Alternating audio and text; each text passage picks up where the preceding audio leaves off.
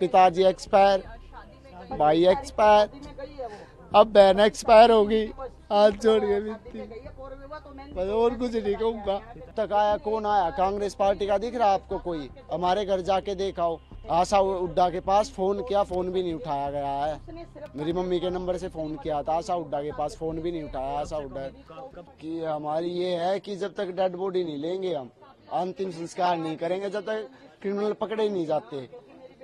एक बात बताइए, कितना हाई अलर्ट होता है प्रशासन, और अब तो इलेक्शन है हरियाणा में, तो अब तक पकड़े नहीं जा रहे। हमारी कॉलोनी में इतने सीसीटीवी कैमरे हैं, घर से लेके जाई गई है, हमारा ही बैग मिला है वो वहाँ पड़ा।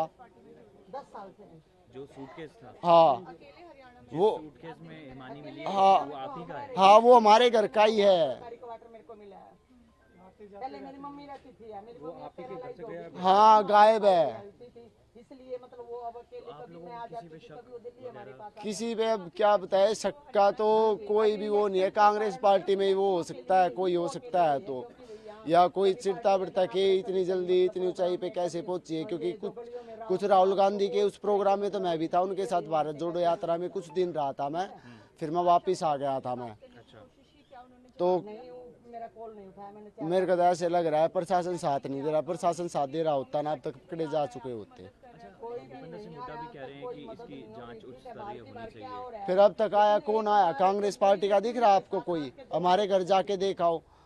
पूरी रात मैं और मेरी मम्मी और मेरे मामा जी थे खाली। सरकार बनेगी तो उसकी बनेगी। ठीक, बड़े मामा आ रहे यहाँ पे जैसे डेड बॉडी के पास थे, और हम 3 जने थे घर पे। रात को 2 लेडीज आई थी खाली कांग्रेस पार्टी की, वो जो खास थी पड़ोस में है, जो नीचे उसमें है, तो वे हुई है।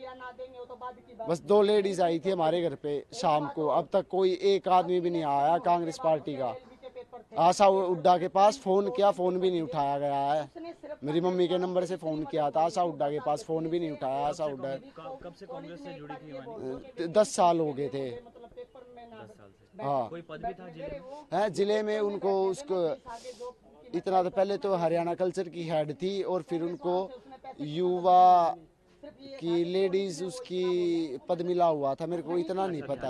हाँ मेरे को इतना नहीं पता है। हाँ बीएससी करके MBA करके, और फिर अब लॉ कर रही थी 2 साल। हाँ वेस्ट से ही। किसी के काम को कोई नहीं देखता। अच्छा, यहाँ जो मकान है आपका रोहतक में, हाँ अकेली रहती थी? है, हाँ अकेली रहती थी यहाँ पे। जैसे दूसरी विजयनगर में हमारा है, शिवाजी कॉलोनी में नाना जी नाना मामा रहते हैं। कभी कभी मम्मी यहाँ पे आ जाती, वो वहाँ पे चली जाती जैसे 10-15 दिन में, क्योंकि उसका कॉलेज होता था यहाँ पे, पार्टी ऑफिस में भी आना जाना होता था, इसलिए। तो हम तो कहते थे वहाँ रह ले, वहाँ पे फ्लैट रहे, बोले यहाँ पर खाली रहोगा, मम्मी मेरी पढ़ाई खत्म होगी। वो मतलब तेरे को पढ़ना उतना पढ़, उसकी ख्वाहिश थी उतना पढ़ी वो। तो आखिरी कब बातचीत हुई थी आपकी?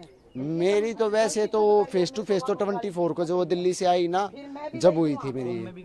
हाँ 20 फरवरी का मेरा जन्मदिन था, और रात को गई थी वो, और 23 तारीख को, हाँ 23 तारीख को वापस आ गए थे वो दिन में। हाँ मम्मी और वो, और 24 को वहाँ से रोहतक आ गई थी।